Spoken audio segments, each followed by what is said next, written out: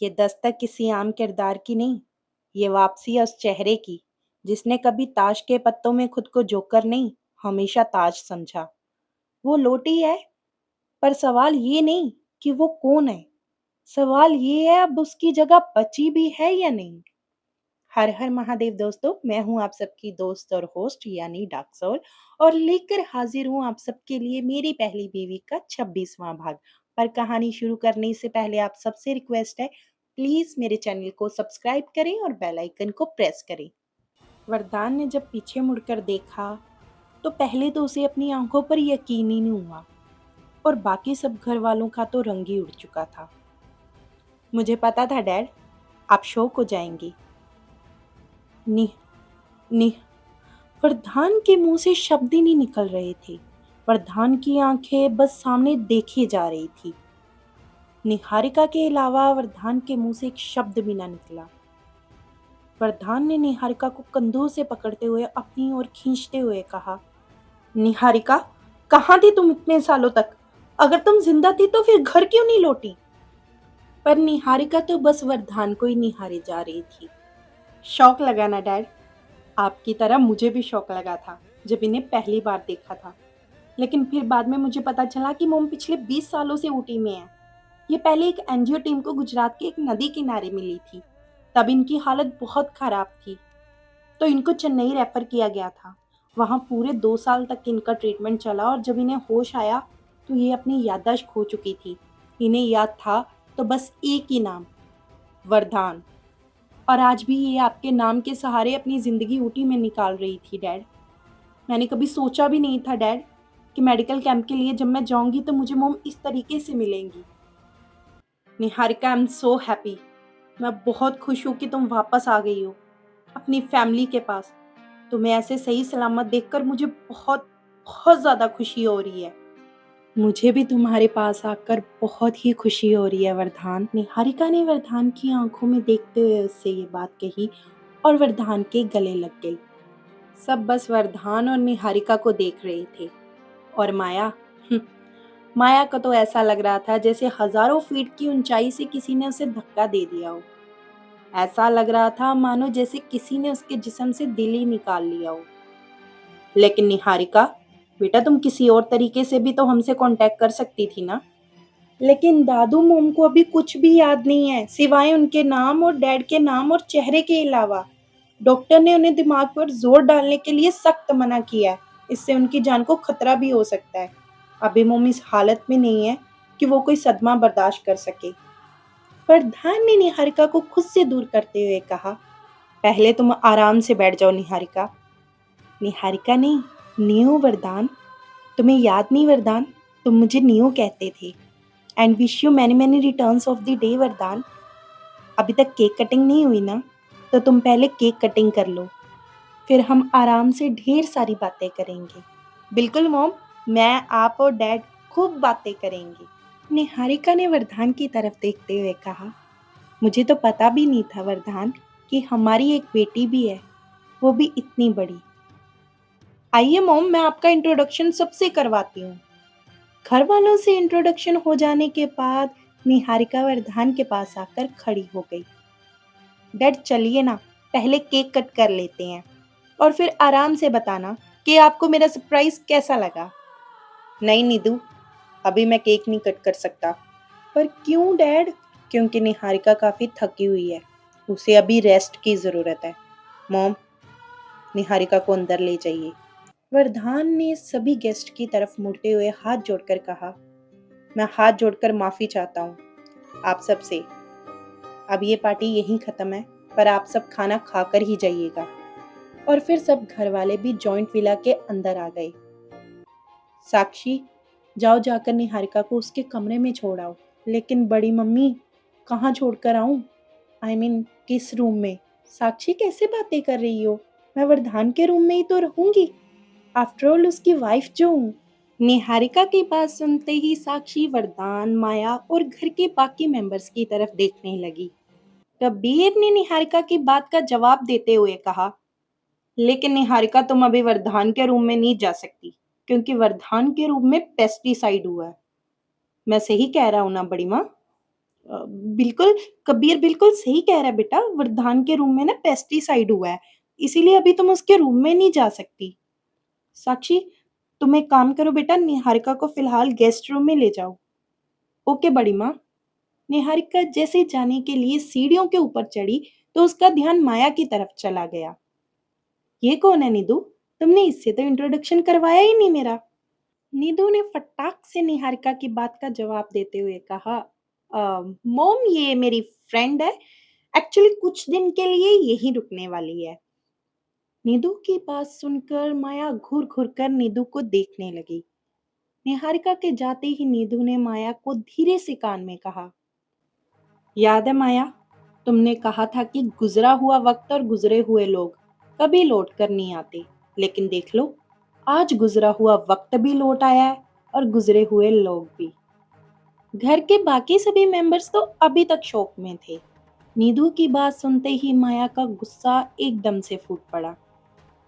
तो क्या लगता है तुम्हें मिस निर्धारिता सूर्यवंशी कि गुजरे हुए लोग गुजरा हुआ वक्त लेकर लौट आएंगे तो मैं उन्हें तूफान की तरह अपनी जिंदगी से गुजर जाने दूंगी? माया, मैं तुम्हारे आगे हाथ जोड़ती हूँ। बहुत दिनों के बाद मेरे मोम और डैड फिर से एक साथ हुए हैं। उन्हें अलग करने के बारे में सोचना भी मत।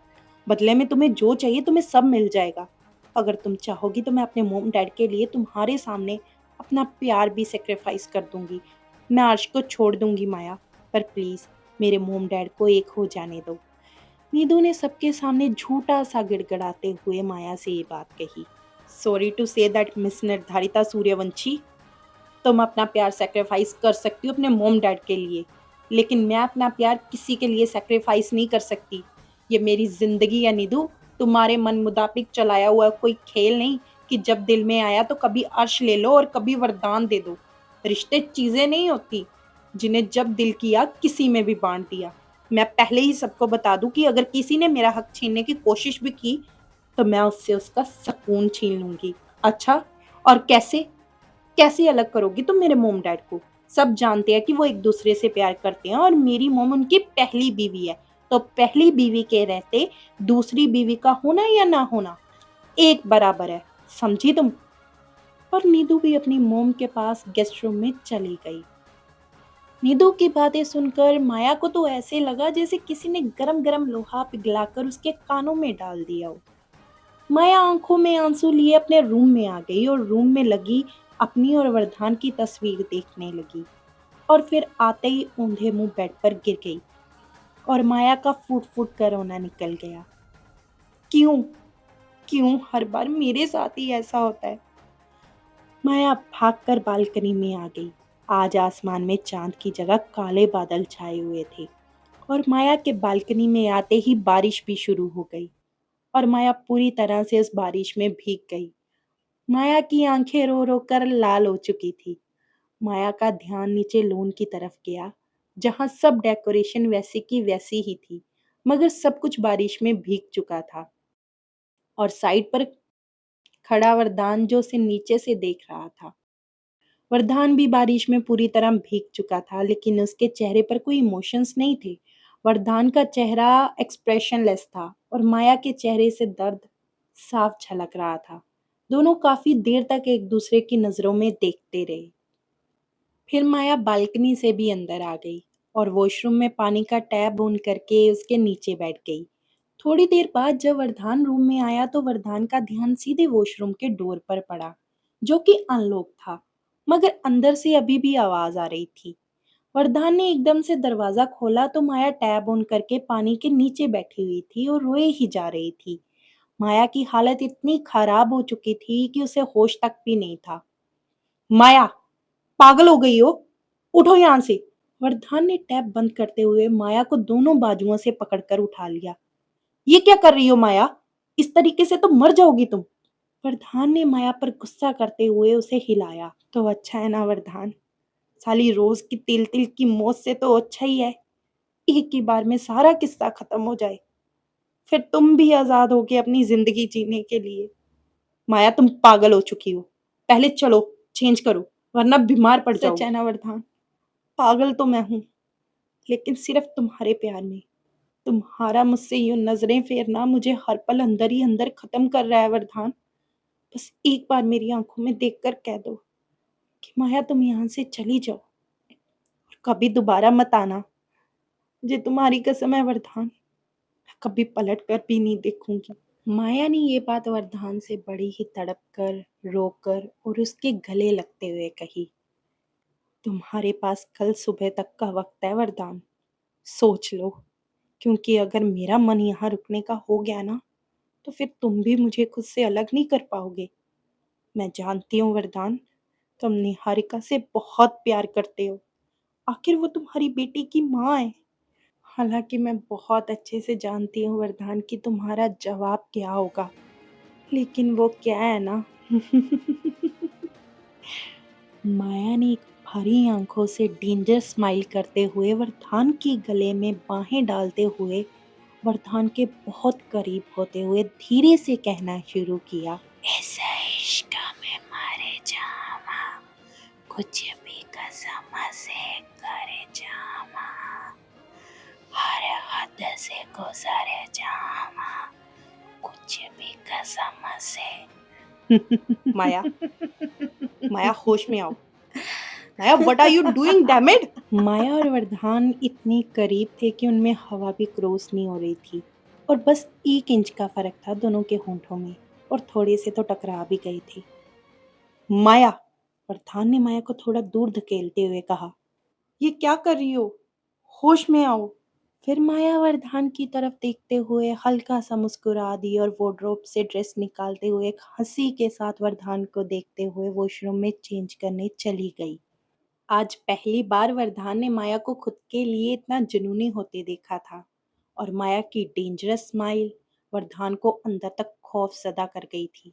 वरदान सामने मिरर में देख रहा था और फिर उसने वहां सामने रखी अपनी फेवरेट क्लोन की बोतल उठाई और मिरर में दे मारी। अगला दिन सुबह। मिस्टर वीराना, हमने निहारिका जी का चेकअप कर लिया है। फिलहाल तो वो बिल्कुल ठीक हैं और मैंने उनकी वैसे मेडिकल रिपोर्ट्स भी देखी हैं। फिलहाल तो कोई भी इशू नहीं है, मगर इस बात का थोड़ा ध्यान रखिएगा कि उन्हें किसी भी तरह का कोई मेंटली स्ट्रेस ना हो। जी डॉक्टर, बिल्कुल। अब मैं चलता हूँ, कोई प्रॉब्लम हो तो कॉल मी एनी टाइम। और डॉक्टर इतनी बात बोलकर वहां से चला गया। वरदान, बेटा यहाँ आओ। वसुंधरा ने वरदान को ब्रेकफास्ट टेबल पर बुलाते हुए ये बात कही। कुछ खा लो वरदान, कल रात का किसी ने कुछ भी नहीं खाया है। नहीं मोम, मेरा मन नहीं है, आप लोग ब्रेकफास्ट कीजिए। वरदान, मुझे पता है तू स्ट्रेस आउट है, लेकिन खाना छोड़ देना ये कोई प्रॉब्लम का सलूशन तो नहीं है ना बेटा। मॉम प्लीज, मैंने कहा ना कि मुझे नहीं खाना, मुझे भूख बिल्कुल भी नहीं है, आप सब खाओ। और क्यों भूख नहीं है तुम्हें वरदान? निहारिका ने ब्रेकफास्ट टेबल पर आते हुए वरदान से ये बात कही। चलो अब जिद मत करो और ब्रेकफास्ट टेबल पर बैठ जाओ। निहारिका, पहली बात तो मैं कोई दूध पीता बच्चा नहीं हूँ और दूसरा, अगर मुझे भूख नहीं है तो मैं ज़बरदस्ती नहीं खा सकता। सर वो माया मैम अपना रूम ओपन नहीं कर रही है। मैंने बहुत कोशिश की, वो डोर ओपन कर दी, लेकिन लेकिन अंदर से कोई आवाज़ नहीं आ रही है। रॉबिन की बात सुनते ही सब एकदम से डर गए। रॉबिन, सिक्योरिटी रूम से मेरे रूम की मास्टर की लेकर आओ, जल्दी, फास्ट गो। इतना बोलकर वरदान भी जब अपने रूम में जाने लगा तो निहारिका ने वरदान का हाथ पकड़ते हुए कहा, लेकिन तुम्हारे रूम की मास्टर की क्यों चाहिए वरदान? वरदान को विश करते हुए एडवोकेट ने जॉइंट मेंशन के अंदर आते हुए कहा, good morning sir. Advocate Malhotra, आप यहाँ?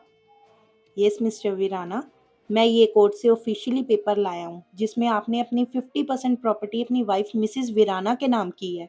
अब आप चाहें तो ऑफिशियली अनाउंस कर सकते हैं कि वीराना इंडस्ट्री की अब 50% ऑनर मिसिज वीराना है। क्या डैड, आपने अपनी 50% प्रॉपर्टी इस माया के नाम कर दी?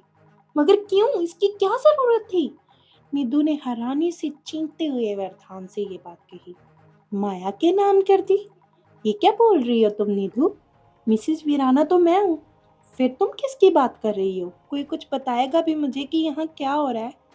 निहारिका ने एडवोकेट की तरफ देखते हुए एडवोकेट से ये बात कही। सर, आप प्लीज मिसिस वीराना का पूरा नाम बोलेंगे प्लीज? निहारिका, तुम अंदर जाओ बेटा, अभी बाद में बात करते हैं।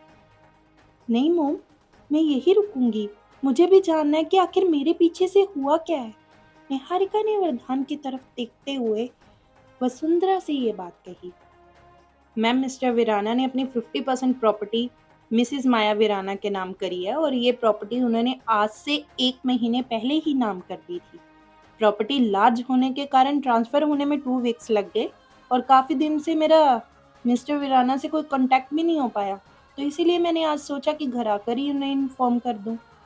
ये बात सुनते ही निहारिका तो एकदम सुनी रह गई। उसके पैरों तले से जमीन ही खिसक गई।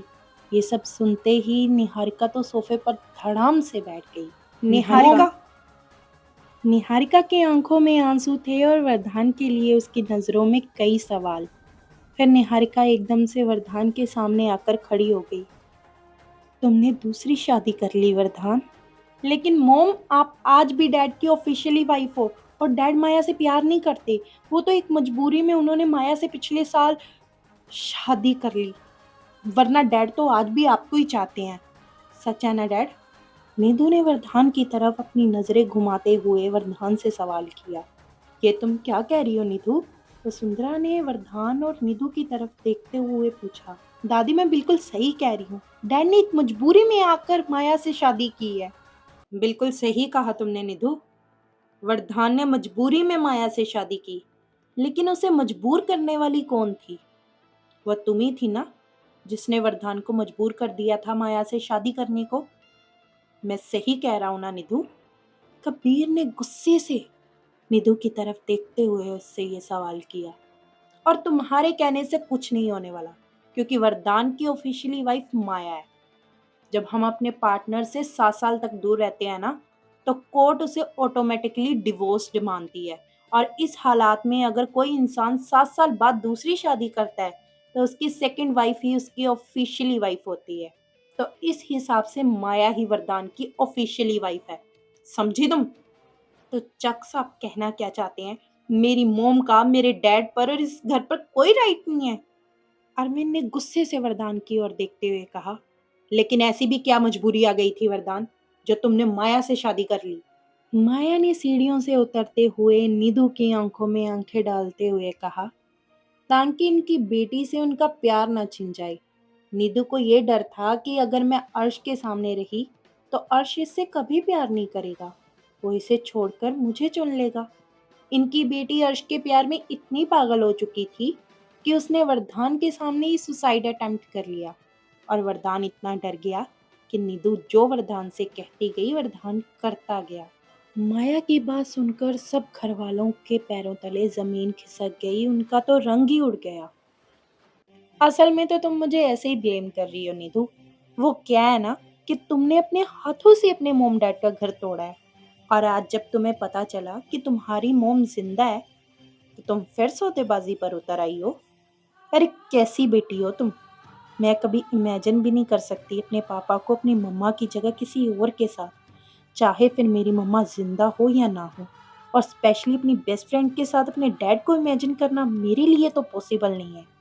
मुझे नहीं पता था कि तुम मुझसे इतनी नफरत करती हो। तुम्हारे दिल में मेरे लिए इतना जहर है कि तुमने अपने डैड से ही जाकर ये कह दिया कि जाओ मेरी बेस्ट फ्रेंड से शादी कर लो। अरे लानत है तुम पर, तुम जैसी बेटी पर।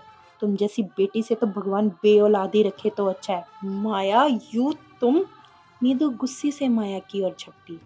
माया ने नीदू के हाथ का वार रोकते हुए उल्टा उसे ही जोरदार थप्पड़ रसीद दिया। आज जो हमारी जिंदगियां कटघरों में खड़ी है ना, सिर्फ तुम्हारी वजह से, तुम्हारी जिद और बेवकूफियों की वजह से। नीदू ने गुस्से से अपने गाल पर हाथ रखते हुए माया को घूर कर देखा। वरदान ने धीरे से कहा, माया, नहीं वरदान, आज नहीं। अगर तुमने ये थप्पड़ इसे बचपन में ही रसीदा होता ना, तो आज ये इतनी जिद्दी ना होती और ना ही इतनी बेवकूफ। और तुम जो खुद को बहुत मास्टरमाइंड समझती हो ना, तुम्हारा ये सच मैं बहुत पहले से जानती हूँ। क्योंकि अगर वरदान को ऐसे काम के लिए कोई मजबूर कर सकता है ना, तो वो सिर्फ तुम हो निर्धारिता। तुम। एक तुम्हारे प्यार के आगे ही हर बार वरदान झुक जाता है, मगर तुमने हर बार वरदान के प्यार का नाजायज फायदा उठाया। लेकिन उस वक्त मैं ये सोचकर चुप रह गई कि जो होना था वो तो हो गया। मैं नहीं चाहती थी कि अर्श को सच पता चले। तुम्हारी वजह से वो हर्ट हो, क्योंकि वो सच में बहुत अच्छा इंसान है। लेकिन तुम्हारी हरकतों को देखकर लगता है मुझे, ये सच उसे बहुत पहले बता देना चाहिए था क्योंकि तुम जैसी लड़की उसे बिल्कुल डिज़र्व नहीं करती हो। निधु ने गुस्से से चींकते और चिल्लाते हुए कहा, अच्छा, चलो मैं मान लेती हूँ, मैं गलत थी, मैंने गलत किया, लेकिन तुम तो अच्छी हो ना, पुण्य आत्मा। तुम्हें तो पता है ना सही क्या है, गलत क्या है। तो मेरे मॉम डैड को अकेला क्यों नहीं छोड़ देती तुम? चली क्यों नहीं जाती हमारी ज़िंदगी से? पहली बात तो मैं सही और गलत में फ़र्क करना जानती हूँ। दूसरा, मैं महान बिल्कुल नहीं हूँ जो दूसरों की खुशियों के लिए अपनी ज़िंदगी को दाँव पर लगा दे। तीसरा, कहते हैं कि बच्चे माँ-बाप की परछाई होते हैं, मगर तुम वरदान पर तो बिल्कुल नहीं गई लगती। इसका मतलब है कि तुम ज़रूर अपनी माँ पर गई हो और तुम जैसे इंसान के लिए मैं अपनी ज़िंदगी बर्बाद क्यों करूँ? जबकि तुम तो मेरे साथ ऑलरेडी बहुत गलत कर चुकी हो। And last but not least, Maya ने वरदान के सामने जाकर खड़े होते हुए कहा, मेरे आगे का फैसला वरदान पर डिपेंड करता है। अगर वरदान ने मुझे आज यहाँ से जाने के लिए कह दिया, तो मैं कभी पीछे मुड़कर नहीं दिखूंगी। और अगर आज वरदान ने मुझे यहाँ रोक लिया, तो दुनिया की कोई भी ताकत मुझे वरदान की जिंदगी से नहीं निकाल पाएगी। माया ने वरदान के कान में धीरे से कहा, फैसला ज़रा सोच समझ कर करना वरदान, क्योंकि अगर तुमने मुझे यहाँ से जाने को कह दिया, तो चाहकर भी फिर तुम मुझे कभी वापस नहीं ला पाओगे, क्योंकि मैं वीराना की हुकूमत से बहुत दूर निकल जाऊंगी। और अगर तुमने मुझे आज यहाँ रोक लिया, तो फिर याद रखना, तुम मुझे खुद भी अपनी ज़िंदगी से धक्के देकर निकालोगे ना, मैं तब भी तुम्हारी ज़िंदगी से कहीं नहीं जाऊंगी। माया का हल्का सा मुस्कुराना और नम आंखें वरदान से बहुत कुछ कह गई। डैड, आप आखिर इस माया से कह क्यों नहीं देते कि ये हमारी ज़िंदगी से चली जाए और हमें शांति से रहने दे? अरविंद और वसुंधरा ने एक साथ नीदू को पीछे खींचते हुए कहा, तुम अपनी बकवास बंद करो निर्धारिता। निर्धारिता, एक पति पत्नी के रूप में मेरे और साक्षी के बीच में बोलने का हक तो मैंने कभी सबीर को भी नहीं दिया, भले ही वो हमारा बेटा है। तो उस हिसाब से तुम्हारा तो कोई हक ही नहीं बनता माया और वरदान के बीच में बोलने का, क्योंकि तुम तो उनकी बेटी। कहते कहते जैसे कबीर रुक गया। वो हस्बैंड वाइफ है, उनके बीच में बोलने का राइट किसी को भी नहीं है, तुम्हें भी नहीं, समझी? कबीर ने गुस्से से तिल मिलाते हुए निधु से ये बात कही। Husband wife? कौन से हस्बैंड वाइफ चक्स? हस्बैंड वाइफ होने के लिए हस्बैंड वाइफ जैसा रिलेशनशिप भी होना चाहिए। माया और डैड के बीच में तो ऐसा कोई हस्बैंड वाइफ वाला कुछ है ही नहीं। क्यों? तुम्हें कैसे पता? क्या तुम रोज उनके साथ उनके बेडरूम में जाकर सोती हो निधु? श्लोक की बात सुनकर अरमान ने भी फटाक से निधु को जवाब दिया, और जरूरी नहीं है जिसे तुम हस्बैंड वाइफ का रिलेशनशिप समझती हो वही हस्बैंड वाइफ का रिलेशन होता है। हस्बैंड वाइफ का रिलेशनशिप एक बहुत प्योर रिलेशन होता है निधु, उसे तुम किसी भी चीज से कंपेयर नहीं कर सकती। तो बेटर यही है कि तुम ये फैसला उन दोनों पर छोड़ दो जो इस हस्बैंड वाइफ के रिलेशनशिप में है। वरदान ने एक ठंडी आंख भरते हुए कहा, माया, सबने अपनी अपनी बता दी, तुम भी बता दो अब तुम क्या चाहती हो, और गोल गोल घुमाकर नहीं, साफ साफ। माया ने वरदान की तरफ देखते हुए कहा, वैसे तो मैंने अपना फैसला तुम पर छोड़ रखा है वरदान, मगर फिर भी अगर तुम ये जानना चाहती हो कि मैं क्या चाहती हूँ, तो मैं बस इंसाफ चाहती हूँ, वो भी कर्नल राणा से, वीराना से नहीं। क्योंकि वीराना तो पहले ही अपनी बेटी के प्यार में मेरे साथ बहुत कुछ गलत कर चुका है। मैंने सुना है कर्नल राणा की अदालत में आज तक कभी किसी के साथ नाइंसाफी नहीं हुई, उनके फैसले कभी गलत नहीं हुए, क्योंकि उनकी अदालत में वकालत बहुत ऊंचे दर्जे की होती है। कर्नल राणा की ईमानदारी और इंसाफ की कस्में तो पूरी इंडियन आर्मी खाती है। तो देखते हैं आज कर्नल राणा इन रिश्तों से ऊपर उठकर सही और गलत के बीच में कितने ईमानदारी से अपना फैसला सुनाते हैं। क्योंकि आज मैं कर्नल राणा की अदालत से मिस्टर वीराना द्वारा की हुई बेइंसाफी का इंसाफ मांगने आई हूँ। मेरे हिस्से के इंसाफ में वरदान मांगने आई हूँ। है अगर मेरे हिस्से में इंसाफ की कोई भी उम्मीद, तो आज मैं कर्नल राणा से मेरे हिस्से का वरदान मांगने आई हूँ। डैड, डैड प्लीज इसकी इमोशनल बातों में मत आना, ये तरीका इसका बस आपको फंसाने का, ताकि आप अपनी कर्नल राणा वाली लुक में आकर इसकी बात मान जाओ। वरदान ने एकदम से निर्धारिता की तरफ मुड़ते हुए देखा। तुम्हें चुप रहना आता नहीं या किसी ने सिखाया नहीं? और कबीर ने बिल्कुल सही कहा, अब तुम्हारे या किसी और के कुछ भी कहने से कोई फर्क नहीं पड़ता। सच यही है कि माया मेरी ऑफिशियल वाइफ है, और ये सच कोई चाहकर नहीं बदल सकता। हाँ, ये भी उतना ही सच है कि ये घर जितना हम सब का है, उतना ही निहारिका का भी। इसीलिए वो हमेशा के लिए यहाँ रह सकती है। तुमने अपने फर्ज का फैसला तो सुना दिया वरदान, लेकिन प्यार, प्यार का क्या? हाँ, तुम्हारे लिए तो प्यार कुछ नहीं है ना फर्ज के आगे। कुछ नहीं समझते ना तुम प्यार को अपने फर्ज के आगे। निहारिका ने रोते हुए वरदान से ये बात कही। तुमने अपनी जिम्मेदारियों का तो फर्ज निभा दिया, लेकिन प्यार का फर्ज, उसका क्या वरदान? पहले तो वरदान जमीन की तरफ कुछ सेकंड के लिए देखता रहा, फिर एकदम से अपनी नजरों को ऊपर उठाते हुए कहा, बिल्कुल सही कहा तुमने निहारिका। मैं अपनी जिम्मेदारियों के आगे प्यार को कुछ नहीं समझता। और सच कहो तो आज तक मैं अपने फर्ज के लिए जिया हूँ। प्यार के लिए जिया होता तो शायद बात ही कुछ और होती। और फर्ज सिर्फ जिम्मेदारियों के लिए होता है। प्यार तो हर जिम्मेदारी और हर फर्ज से परे है। प्यार के लिए आपको कभी किसी रिश्ते का मोहताज नहीं होना पड़ता। वरदान ने ये बात निहारिका की आंखों में आंखें डालकर इतने सख्त लहजे में कही कि किसी के लिए भी वरदान के अंदर क्या चल रहा है ये बात जान पाना बहुत मुश्किल था। इतने फीलिंगलेस, इमोशनलेस और हार्टलेस पर्सन तुम कब से हो गए वरदान? कब से? रोबोट हो क्या जो इतने एक्सप्रेशनलेस हो चुके हो? कबीर और सबीर दोनों ने एक हुंकार भरते हुए एक दूसरे की तरफ देखा। हम्म, और अगर मेरा तुमसे कोई रिश्ता नहीं, मैं निहारिका सूर्यवंशी ही नहीं, तो फिर मेरा इस घर पर भी कैसा हक है वरदान? बोलो ना, किस हक से मैं इस घर में रहूं? मेरा भी क्या कसूर है? सिर्फ यही कि आज से 20 साल पहले मेरा एक्सीडेंट हो गया और मैं उस एक्सीडेंट में मरी नहीं, जिंदा बच गई ये दिन देखने के लिए। अरविंद ने निहारिका के सिर पर हाथ रखते हुए प्यार से कहा, तुम इस घर में सबसे पहले आई थी शादी करके बेटा। इस घर की सबसे बड़ी बहू बनकर, तो तुम इस घर की बेटी बनकर यहाँ रह सकती हो, नीदू की माँ बन के रह सकती हो। लेकिन वरदान की बीवी माया है बेटा, और इस सच को अब कोई नहीं बदल सकता। क्यों नहीं बदल सकता दादू? चाहे तो डैड माया को डिवोर्स देकर मोम के साथ फिर से शादी करके उनके साथ रह सकते हैं। डैड, डैड प्लीज, आपको मेरी कसम है, हाँ, मुझे अपनी ही नजरों में इतना मत गिराओ निर्धारिता कि मैं चाहकर भी अपनी ही नजरों में ना उठ पाऊं। डैड, कम से कम ये तो देख लो कि मोम की हालत क्या है। उनके सामने ही आप किसी और के साथ। आज नहीं तो कल ये सच निहारिका को पता चलना ही था निर्धारिता। अच्छा हुआ आज ही पता चल गया। बाद में पता चलता तो शायद ज्यादा हर्ट होती निहारिका। और निहारिका, आज तक मैंने पूरी कोशिश की कि मैं निधु को एक अच्छी परवरिश दे सकूं, लेकिन मैं इसमें नाकामयाब रहा।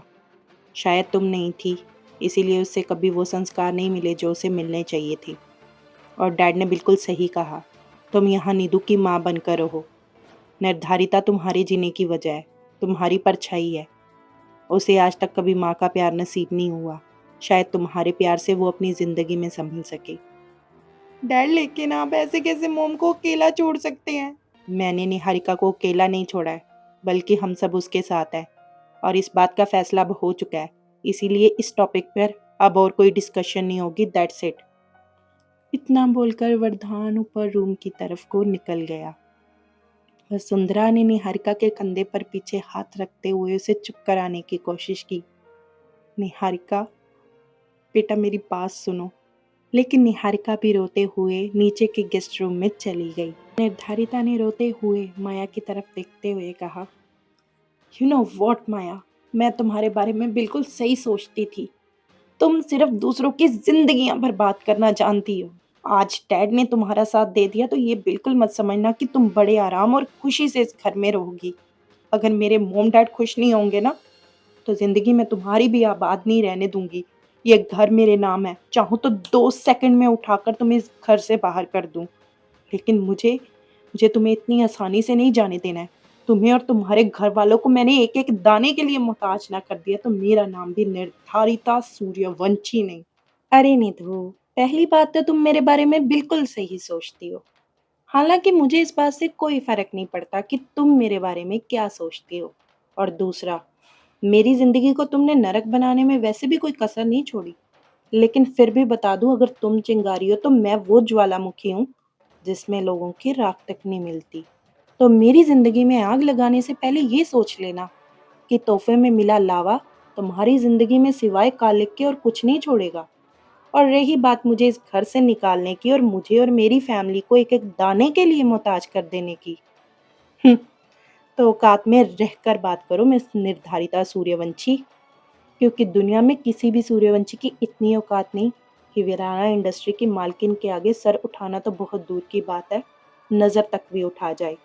शायद तुम्हें मालूम ना हो, वीराना इंडस्ट्री की ऑफिशियली 50% ओनर हूँ मैं और दी ग्रेट वीराना की वाइफ होने के नाते 100% इंडस्ट्री की मालकिन भी। शायद तुम्हें भी ना पता हो कि वर्ल्ड में तुम्हारे डैड की पोजीशन कहाँ स्टैंड करती है। कभी तुम्हें अपने मास्टर प्लान से फुर्सत मिले ना, तो सर्च ज़रूर करना। वीराना इंडस्ट्री दुनिया की नंबर वन इंडस्ट्री है और तुम्हारे डैड दुनिया के नंबर वन इंडस्ट्रियलिस्ट। तो मेरे हाथ का तो पता नहीं, लेकिन अगर तुम्हारी हरकतें और एटीट्यूड ऐसा ही रहा ना, तो बहुत जल्द तुम्हारे हाथ में भीख का कटोरा ज़रूर नज़र आ जाएगा। हुँ? इसके बाद माया भी ऊपर को अपने रूम में निकल गई। जब माया रूम में आई तो वरदान बेड पर बैठा हुआ था और उसने अपने चेहरे को अपने दोनों हाथों से ढक रखा था। माया चुपचाप आकर वरदान के बिल्कुल साथ बैठ गई। मैं जानती हूँ वरदान, इस सिचुएशन में अगर सबसे ज़्यादा कोई सफ़र कर रहा है, तो वो तुम हो। इसीलिए मैं तुमसे ज़्यादा कुछ नहीं कहूँगी। सिर्फ़ इतना कहना चाहती हूँ, वरदान के खाना खा लो, क्योंकि इसके बाद तुम्हें अपनी मेडिसिन भी लेनी है। किसी और के लिए ना सही, मम्मा-पापा के लिए खा लो। तुम इनके इकलौते बेटे हो। वरदान अगर तुम्हें कुछ कहते-कहते माया जैसे रुक सी गई। मैम, मैं अंदर आ जाऊँ? रोबिन ने रूम का दरवाज़ा नॉक करते हुए कहा। हाँ, आ जाओ। रोबिन खाने की ट्रॉली लेकर आया था। मैम वो लंच लेकर आया हूँ, वसुंधरा मैम ने भेजा। हाँ ठीक है, तुम जाओ। रोबिन के जाते ही माया ने एक प्लेट में खाना निकाला और वरदान के आगे करते हुए कहा, लो वरदान, खाना खा लो। मुझे भूख नहीं है माया, तुम खा लो। वरदान भूख तो किसी को भी नहीं है, लेकिन हमारी बॉडी को तो इसकी नीड है ना। और अगर तुम अपने ही लिए फैसले से खुश नहीं हो, तो बदल दो ये फैसला, क्योंकि जिस फैसले में तुम ही खुश नहीं हो, उसमें तुम किसी और को कैसे खुश रख सकते हो। यही तो दिक्कत है माया, मैं कभी खुश होने के लिए फैसले नहीं लेता। मैं हमेशा सही और गलत के लिए फैसले लेता हूँ। और रही बात फैसलों पर पछतावे की, तो आज तक मुझे मेरे किसी फैसले पर पछतावा नहीं हुआ और ना ही मुझे पछताना पड़ा। वरदान ने माया के हाथ से खाने की प्लेट ले ली और उसे साइड में रख के दूसरी प्लेट बनाकर माया के हाथ में थमा दी और फिर वही प्लेट उठाकर खाना खा लिया। अपनी मेडिसिन ली और अपना ऑफिस बैग लेकर निकलने लगा कि माया ने रोक लिया। वरदान, आज तो ऑफिस रहने दो। माया, ये जिंदगी है, इसमें ऐसे हालात हर रोज आएंगे, तो इन हालातों से डरकर मैं अपना काम तो नहीं छोड़ सकता ना। आज तक मेरी जिंदगी में न जाने कितने तूफान आए और कितने ही चले गए, लेकिन अगर मैं उनके लिए अपना काम छोड़ देता, तो शायद मैं जिस पोजीशन पर हूँ वहाँ कभी ना होता। और यहाँ सिर्फ मेरा सवाल नहीं है, उन करोड़ों एम्प्लॉयज़ का है जो वीराना इंडस्ट्री से जुड़े हैं, वीराना इंडस्ट्री में काम करते हैं और इन एम्प्लॉयज़ का घर वीराना इंडस्ट्री की इनकम से चलता है। मेरा एक दिन ऑफिस ना जाना मुझे बहुत पीछे धकेल देता है। तुम अपना और घर में बाकी सबका ध्यान रखना और हो सके तो निहारिका से थोड़ा दूर रहना। वरदान, लेकिन मैं हाँ, इसलिए कह रहा हूँ क्योंकि निहारिका थोड़ी गुस्से वाली है। अगर उसने तुम्हें कुछ कह दिया तो बेकार में फिर क्लेश होगा और मुझे इस घर में अब और कलह नहीं चाहिए। अंडरस्टैंड व्हाट आई एम से? ठीक है वरदान। और वरदान ऑफिस के लिए निकल गया। मतलब मेरा एस्टीमेट बिल्कुल सही था। दोनों माँ बेटी एक जैसी हैं। माया ने मुंह में बड़बड़ाते हुए खुद से ही ये बात कही। इधर नीचे आस्था, तमन्ना और साक्षी आपस में बातें कर रही थी। साक्षी दीदी, हमारा घर ना बिल्कुल डेली सोप सीरियल के जैसा हो गया है। बीवी वर्सेस सौतन। अरे कभी सुना है कोई मर के भी जिंदा हो गया, लेकिन यहाँ तो वो भी हो गया। बोलो भला, 20 साल बाद पता चला कि जेठ जी की पहली बीवी जिंदा है, वो भी तब जब उन्होंने शादी कर ली। पर वैसे जो भी हुआ ना, हुआ बहुत गलत है और मुझे लगता है कि इसमें बेचारी निहारिका दीदी की भी कोई गलती नहीं है। गलती तो यहाँ किसी की भी नहीं है तमन्ना, होता वही है जो तकदीर में लिखा हो। बाकी सब तो बहाने बनते हैं नसीब के हाथों। मगर आप मानो या ना मानो साक्षी दीदी, माया की एक बात बिल्कुल सही थी कि अगर नीदू को हम सब ने बचपन में ही खींच के रखा होता, उसे 2 थप्पड़ लगाकर सही और गलत के बीच का फर्क समझाया होता ना, तो शायद ये दिन ना देखना पड़ता हमें। हम सब तो यही सोचते रह गए कि बिन माँ की बच्ची है, ऊपर से घर में इकलौती बेटी, मगर ये भूल गए कि उसे संस्कार देना के लिए जेठ जी का ही तो फर्ज नहीं था। हमें भी उसे बचपन में सही और गलत के बीच का फर्क समझाना चाहिए था। लेकिन आस्था, हमें थोड़ी पता था कि नीदू इतने गलत रास्ते पर निकल चुकी है, और जब जेठ जी को नीदू ने ऐसी बात कही तो उन्हें 2 थप्पड़ वही रसीद देने चाहिए थे उसके मुंह पर। अब जो भी कहो साक्षी दीदी, मेरे हिसाब से तो निहारिका दीदी के साथ भी बहुत गलत हुआ है। आखिर वो नीदू की माँ है और इस घर की बड़ी बहू भी। आप कबीर भैया से बात करो ना कि वो जेठ जी को समझाए कि माया तो यंग है, उसे तो बहुत से स्मार्ट और रिच पार्टनर मिल जाएंगे, लेकिन बेचारी निहारिका दीदी का क्या होगा? क्या होगा तमन्ना? बड़े पापा ने बोला है कि निहारिका जब तक चाहे इस घर में नीदू की माँ बनकर रह सकती है। और रही बात कबीर से बात करने की, तो वैसे तो कबीर मेरी हर बात सुनता है, लेकिन अगर मैंने जेठ जी की लाइफ के फैसलों के बारे में कुछ भी कहा ना, तो कबीर मुझे कच्चा चबा जाएगा और डकार भी नहीं लेगा कसम से। और रही बात माया की, तो यार उसकी आंखों में साफ दिखता है वो भी जेठ जी से बहुत प्यार करती है। लेकिन जेठ जी किससे प्यार करते हैं दीदी, ये तो नहीं पता ना हमें।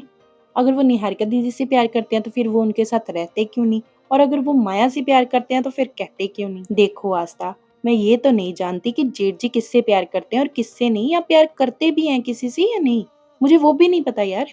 मगर ये बात तो बिल्कुल पक्की है कि उन्होंने आज तक कभी कोई गलत फैसला नहीं लिया। इधर सबीर, आज तक और अरमानक तीनों भाई आपस में बैठकर बातें कर रहे थे। सबीर भाई, यार बड़े पापा तो थाली के बैंगन की तरह हो जाएंगे, कभी इधर तो कभी उधर, सारी उम्र लुढ़केंगे वो तो अब। वैसे कम सुंदर तो कुछ नीदू की मम्मी भी नहीं है, पर माया जैसी बात नहीं है उनमें। सबीर ने घूरते हुए अरमानक को देखा। क्या भाई, ऐसे क्यों देख रहा है? सबीर ने जोर से चिल्लाते हुए कहा। बड़े पापा, अभी चुप चुप चुप चुप चुप चुप कर। मानिक ने सबीर के पांव ही पकड़ लिए। प्लीज प्लीज चुप हो जा, जो बोलेगा ना करूंगा। ठीक है, तो चल पहले मेरे पांव दबा। हाँ ठीक है। अरमानक ने सबीर के पांव दबाना शुरू कर दिए। ओए, जरा अच्छे से दबा। यार वैसे लेकिन एक बात तो मुझे भी समझ में नहीं आई कि निधु की मम्मी को कहना क्या है। बड़ी माँ, ताई जी, या फिर मिसिस। छोड़, वो तो वैसे भी नहीं कह सकते। तो तू ये जाकर बात अपने बाप से पूछना जो चाणक्य खोपड़ी है। बात तो तेरी एकदम सही है आज तक। चल मेरे बाप से पूछते हैं। समीर ने जूस का गिलास टेबल पर रखते हुए और सोफे से उठते हुए ये बात कही। जैसे ही तीनों भाई पीछे मुड़े, पीछे कबीर, श्लोक और अरमान खड़े थे और उन तीनों को ही घूर रहे थे। वो डैड, मैं आपके ही पास आ रहा था। फर्क नहीं पड़ता कि तुम लोग ने हरिका को बड़ी माँ बोलते हो या ताई जी, बस आंखों में इज्जत और दिल में प्यार होना चाहिए। जी डैड। सबीर ने कबीर की ओर देखते हुए ये बात कही और सबीर और उसके भाई अंदर को निकल गए। भाई, मुझे वरदान भाई की बहुत फिक्र हो रही है। तो उसकी फिक्र मत कर छोटे। कबीर ने अरमान के कंधे पर हाथ रखते हुए उससे ये बात कही। वहां से बहुत अच्छे से जानता हूँ, संभाल लेगा वो खुद को, खुद के लिए नहीं, हम सब के लिए। और रही बात माया की, तो वो एक बहुत समझदार लड़की है, अपने हक की लड़ाई लड़ना जानती है वो। निहारिका के पास निर्धारित है और निधु के पास निहारिका, तो वो भी एक दूसरे को संभाल ही लेंगी। लेकिन ये सब कुछ इतना भी आसान नहीं होगा कबीर। मैं जानता हूँ श्लोक, ये इतना भी आसान नहीं है, लेकिन मैं ये भी जानता हूँ ये इतना मुश्किल भी नहीं है। मुझे डर है तो बस एक ही चीज का। कबीर ने श्लोक और अरमान की तरफ देखा और फिर तीनों ही चुप हो गए। इधर निर्धारिता का रो रो कर बुरा हाल था और निहारिका का भी। आप प्लीज मत रोइए मोम, देखना डैड बहुत जल्द माया को हमारी जिंदगी से बाहर कर देंगे। तुम शायद दुनिया की पहली बेटी होगी जिसने अपने मोम डैड को ही अलग कर दिया। बच्चे माँ बाप की कड़ी होते हैं जो हमेशा उन्हें जोड़ कर रखते हैं, लेकिन तुमने तो वो कड़ी ही तोड़ दी Nidhu. I am so sorry मोम, मुझे नहीं पता था कि चीजें इतनी उलझ जाएंगी। मैंने तो सोचा था कि अर्श से शादी के बाद डैड से बोलूंगी कि वो माया को डिवोर्स दे दे, और यकीन मानिए हमारे बीच डिसाइड भी यही हुआ था। लेकिन डैड माया से डिवोर्स ले पाते उससे पहले ही माया ने उन्हें मैनिपुलेट करना शुरू कर दिया और उसने डैड को फंसा लिया मोम। ये लड़की बहुत डेंजरस है मोम। आप या बाकी घर वाले ना इसके बारे में कुछ नहीं जानते, लेकिन मुझे सब पता है। मैंने देखा है इसका असली चेहरा मोम। लेकिन मैं वादा करती हूँ मोम कि मैं आपको आपका हक दिला कर रहूंगी, इस घर में भी और डैड की लाइफ में भी। मैं आपके साथ हूँ मोम। शुक्र है कोई तो है इस घर में जो मेरे साथ है, वरना मुझे तो लगा था अब मेरे इस दुनिया में कोई नहीं है। प्लीज़ मम्मा आप ऐसा मत बोलो। इधर वसुंधरा अरविंद से बात कर रही थी। ए जी, मुझे तो बहुत फ़िक्र हो रही है हमारे बच्चों की। ये ज़िंदगी ने उन्हें किस मोड़ पर लाकर खड़ा कर दिया है। अभी तो ठीक से मेरे बेटे ने मुस्कुराना भी शुरू नहीं किया था और पता नहीं हमेशा उसके साथ ही ऐसा क्यों होता है। वक्त से पहले और वक्त के बाद इस दुनिया में किसी को कुछ नहीं मिलता वसुंधरा। सब ठीक हो जाएगा, इसके सिवा हम और कोई उम्मीद नहीं कर सकते। बस घर का माहौल नॉर्मल रखने की कोशिश करो जितना हो सके। ए जी, मैं तो अपनी तरफ से पूरी कोशिश करूंगी और शिष्टा अंजलि और पंछी से भी कहूंगी कि साक्षी आस्था और तमन्ना से कह दे कि ज़्यादा घर में इस टॉपिक पर बात ना हो। हम्म, ठीक है वसुंधरा। इधर माया अपने रूम में बेड के पीछे लगी वरदान की बड़ी सी तस्वीर को देख रही थी। बहुत माहिर हो ना तुम, अपने जज्बातों को बहुत काबू में रखते हो ना। देखना, एक दिन तुम भी इन्हीं जज्बातों के हाथों फना होंगे। मैं वादा करती हूँ वरदान, एक दिन ऐसा भी ज़रूर आएगा जब तुम्हें भी मुझसे प्यार होगा। भले ही वक्त लगेगा मगर मुझे यकीन है तुम और मैं, एक दिन हम ज़रूर होंगे।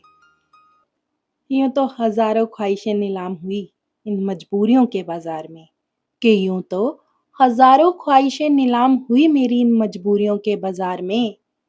दाम तो काफी अच्छा मिला नीलामियों का, मगर क्या बताऊं, जिस प्यार के लिए ताउम्र तरसे आज वही खड़ा मिला है हमारे इंतजार में। निहारिका का लौट आना वरदान की जिंदगी पर क्या असर डालेगा और माया अपनी जिंदगी में आए इस तूफान को कैसे समेटेगी, ये देखना दिलचस्प होगा। तो चलिए दोस्तों, आज के एपिसोड में बस इतना ही। मुझे दीजिए इजाजत, यानी अपनी दोस्त और होस्ट डार्क सोल को। मिलते हैं नेक्स्ट वीडियो में। जाने से पहले आप सबके लिए एक सवाल, आज की सिचुएशन में सबसे गलत कौन था और क्यों? और आज जो रिश्तों का फैसला हुआ, क्या वो सही था? सही था तो क्यों, और गलत था तब भी क्यों? और आप सबसे एक और छोटी सी रिक्वेस्ट है, प्लीज मेरे चैनल को सब्सक्राइब करें और बेल आइकन को प्रेस कर लें। तो चलिए दोस्तों, मिलते हैं अब नेक्स्ट वीडियो में। तब तक के लिए हर हर महादेव दोस्तों। जय हिंद, जय भारत।